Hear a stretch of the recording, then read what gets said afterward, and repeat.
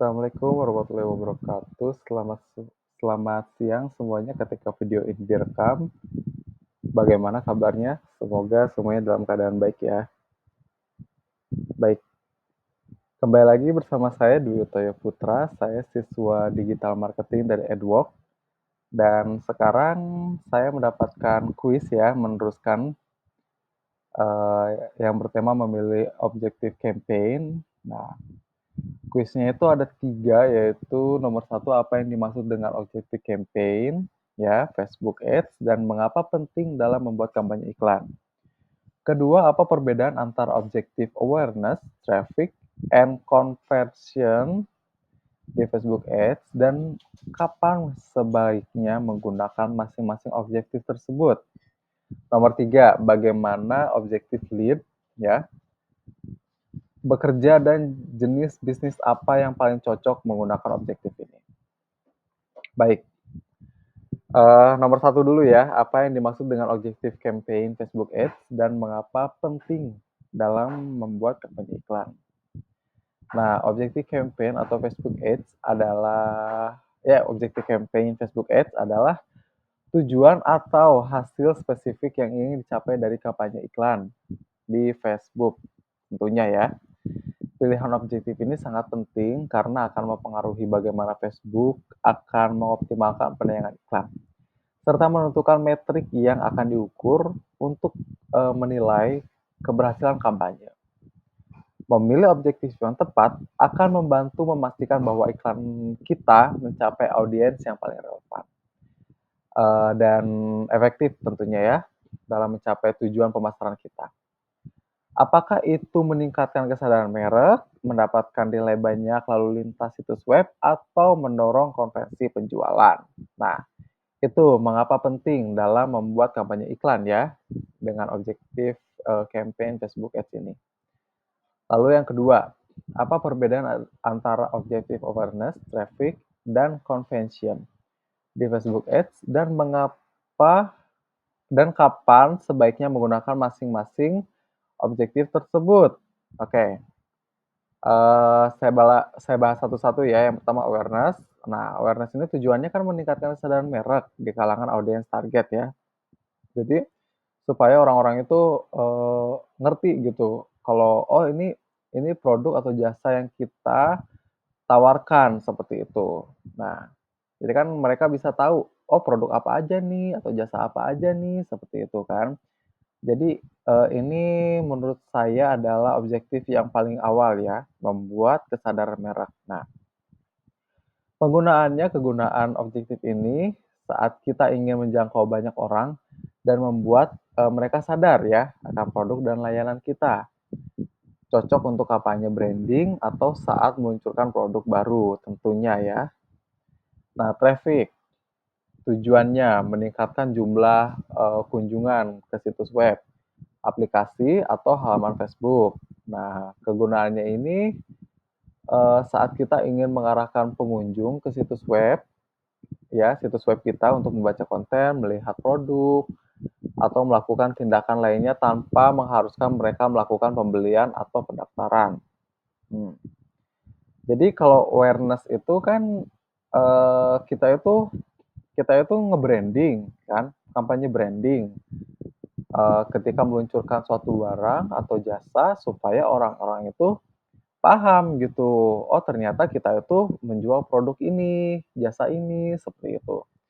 Nah, lalu setelah itu, muncullah objektif traffic ya, supaya orang-orang itu setelah aware gitu kan, nah mereka ini kepo mungkin ya, lebih lanjutnya ini produknya itu mungkin fiturnya seperti apa, harganya berapa, atau ada promo apa, lalu mereka ini berbondong-bondong lah memasuki ke situs web kita untuk membaca konten, melihat produk, dan melakukan tindakan lainnya tanpa pembelian ya, atau tanpa pendaftaran. Jadi mereka ini cukup melihat, kepo gitu. Nah, jasanya itu apa aja, produknya apa, fiturnya bagaimana, kualitasnya seperti apa, seperti itu. Nah, lalu selanjutnya ada convention. Convention ini mendorong tindakan spesifik dari audiens seperti pembelian, pendaftaran, atau pengisian formulir. Berarti setelah awareness, terus traffic. Nah, terakhir ini baru masuk ke convention. Nah, convention ini saat kita ingin mengarahkan audiens untuk melakukan tindakan yang bernilai tinggi, ya, bernilai tinggi bagi bisnis kita, seperti melakukan pembelian, melakukan penyewaan mungkin ya, kalau kita menawarkan produk untuk disewa di situs web atau, mendaftar juga ya untuk layanan. Mungkin, dia tuh pingin, contoh seperti toko kita ya, saya sebut di sini misalkan Edge Hardware. Contoh seperti Edge Hardware, saya melihat barang awalnya di internet gitu kan, dan kebetulan saya tuh membutuhkan barang itu. Awalnya saya aware dulu kan, setelah aware saya klik tokonya itu, klik websitenya itu ternyata di situ jelas tuh, barangnya itu, apa namanya, rice cooker gitu, ada ironing gitu kan, ternyata harganya segini, sekian ratus ribu, ternyata pada tanggal seanu-seanu ada promo. Nah, promonya itu ternyata harganya jadi 70% dan plus 5% lagi diskon apabila menggunakan member. Nah, setelah saya, melakukan aware traffic, nah lalu saya itu masuk ke convention. Dari situ saya mulai melakukan pendaftaran. Pendaftaran berupa untuk member itu supaya saya dapat ekstra diskon 5%. Nah, setelah seperti itu saya melakukan pembelian di situs itu. Nah, barang akan dikirim. Seperti itulah ya kurang lebih ya. Jadi convention ini ya mengarahkan audiens untuk melakukan tindakan yang bernilai seperti pembelian, situs web, atau pendaftaran ya untuk layanan. Oke, jadi awareness itu untuk meningkatkan kesadaran merek ya, supaya merek kita itu terkenal, terjamah oleh banyak orang.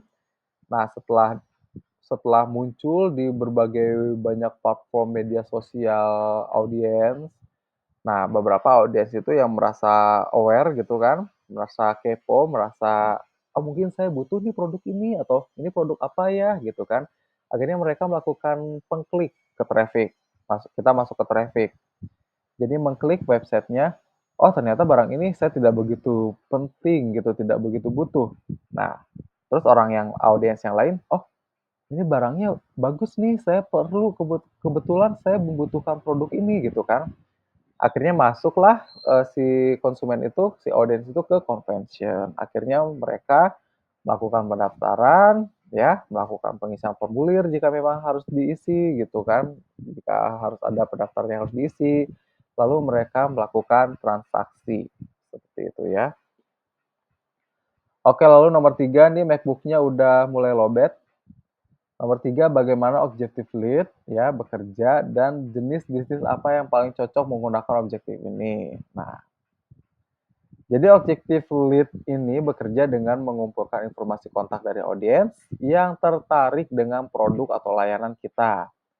Seringkali formulir yang diisi langsung di platform Facebook. Nah, ini memungkinkan bisnis untuk membangun daftar prospek yang bisa diikuti dengan tindakan pemasaran lebih lanjut. Jenis bisnis yang paling cocok menggunakan objektif ini adalah satu, real estate mungkin ya, broker properti itu. Jadi, mereka itu mengumpulkan informasi kontak dari calon pembeli atau penyewa ya, database gitu. Ini sepengalaman saya dulu waktu di real estate, saya juga mengumpulkan kontak, database ya dari pameran misalkan, dari open table. Nah, kalau ada orang-orang yang sedikit kepo, sedikit aware, akhirnya mereka masuk ke traffic lah ya bahasanya ya. Jadi mereka tuh udah aware ngelihat nih, awalnya cuma melihat doang, booth booth saya kasih flyer. Biasanya saya langsung minta waktu itu, "Pak, Bu, boleh minta nomor WhatsApp-nya atau nomor kontaknya, barangkali nanti apabila ada promosi lebih lanjut, saya akan share ke Bapak atau Ibu," gitu. Nah, kalau di situ biasanya ada juga penolakan karena mereka mungkin cuman aware cuman sedikit ingin tahu gitu ya, oh ternyata di sini ada pameran apartemen atau apa gitu.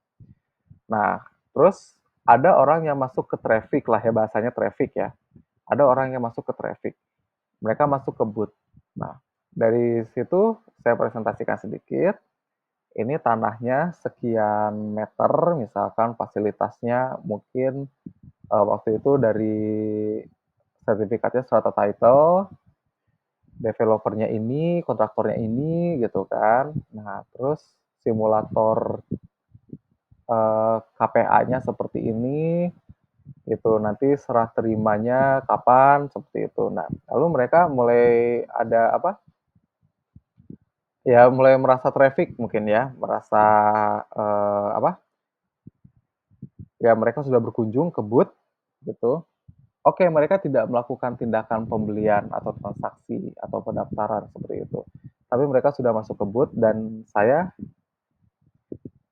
bergaming lagi gitu. Pak, Bu, boleh minta WhatsApp-nya atau nomor telepon yang bisa dihubungi nanti apabila kedepannya ada promo apartemen ini lebih murah atau ada apartemen lain, saya akan kabarkan seperti itu.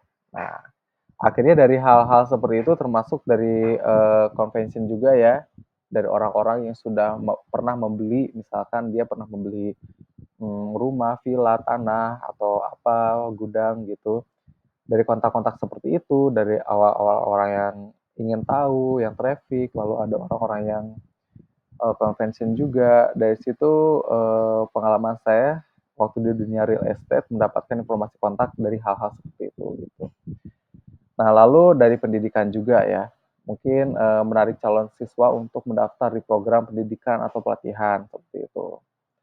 Nah, lalu ada business to business ya, mendapatkan prospek bisnis baru dengan mengumpulkan informasi atau pengambilan keputusan di perusahaan lain. Nah, yang terakhir ada layanan profesional seperti konsultasi, perawatan kesehatan atau perbankan, di mana prospek biasanya perlu dihubungi kembali untuk layanan lebih lanjut atau penjelasan produk. Mungkin produknya ada yang belum jelas atau ada produk baru seperti yang sudah saya sampaikan sebelumnya. Oke, sekian 12 menit ya. Sekian jawaban dari saya, kurang lebihnya mohon maaf. Wassalamualaikum warahmatullahi wabarakatuh. Keep healthy, always be kind, and goodbye.